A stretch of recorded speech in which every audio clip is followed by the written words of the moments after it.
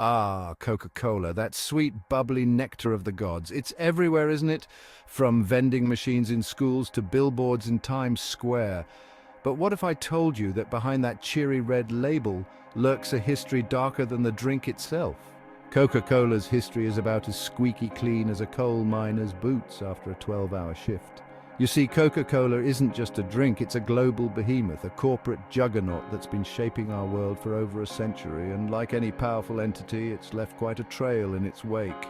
A trail of controversies, scandals, and enough sugar to give diabetes to a small country. So, buckle up, folks. We're about to take a journey through the dark, sticky underbelly of one of the world's most recognizable brands. From its humble beginnings in a Georgia pharmacy to its current status as a multinational corporation, we'll explore the not-so-refreshing side of Coca-Cola. Trust me, by the end of this, you'll never look at that red can the same way again. Let's dive in. Let's start at the beginning, shall we? The year was 1886. In Atlanta, Georgia, a pharmacist named John Pemberton was about to change the world. Pemberton, a Civil War veteran, was looking for a cure for his morphine addiction. He concocted a syrup made from coca leaves and cola nuts. Yes, you heard that right. Coca, as in cocaine. Cola, as in caffeine. It was basically the 19th century equivalent of Red Bull mixed with, well, cocaine. This miracle elixir was initially sold as a patent medicine. It was touted as a cure for morphine addiction, dyspepsia, impotence, and headaches. The drink quickly gained popularity, and by 1892, Asa Candler had acquired the rights to the formula. Candler, a savvy businessman, realized he had a potential goldmine on his hands.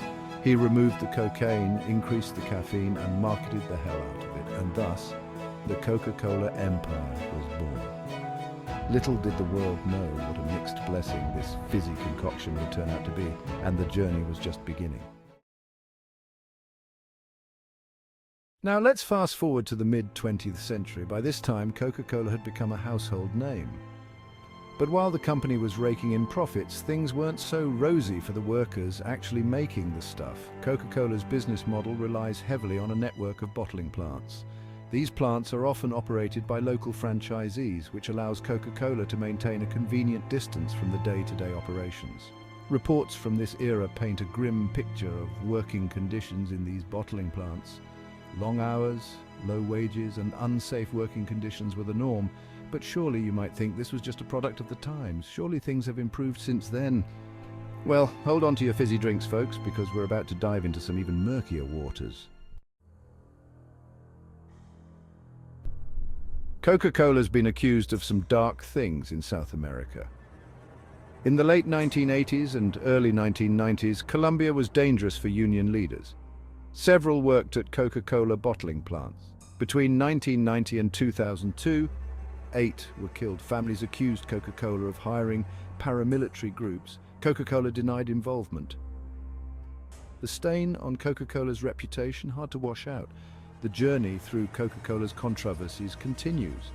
Let's move on. Now let's pivot from human rights abuses to environmental destruction, because if there's one thing Coca-Cola is good at, it's diversifying its portfolio of controversies. Making all those fizzy drinks requires 2 main ingredients, water and plastic, and Coca-Cola has been accused of mishandling both on a truly epic scale. In India, Coca-Cola plants have been blamed for exacerbating droughts. In 2004, officials in Kerala revoked Coca-Cola's license for depleting groundwater. Coca-Cola denied these allegations, but when your slogan is open happiness and you're leaving villages without water, that's not spreading joy. Coca-Cola produces about 3 million tons of plastic packaging every year. That's enough to cover Switzerland. And where does all this plastic end up? In our oceans and landfills. Probably in the stomach of that seagull that stole your sandwich.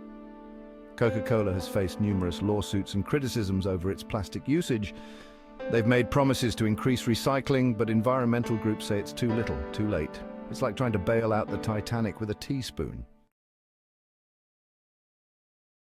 Now let's talk about something that really grinds my gears.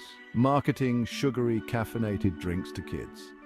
Coca-Cola has a long history of marketing to children. From sponsoring little league teams to placing vending machines in schools, they've been working hard to get their products into the hands and stomachs of kids for decades.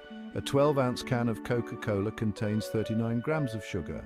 That's about 10 teaspoons. The American Heart Association recommends that children consume no more than 3 to 6 teaspoons of added sugar per day. So one can of Coke is basically maxing out a kid's sugar intake for 2 days. And let's not forget about the caffeine.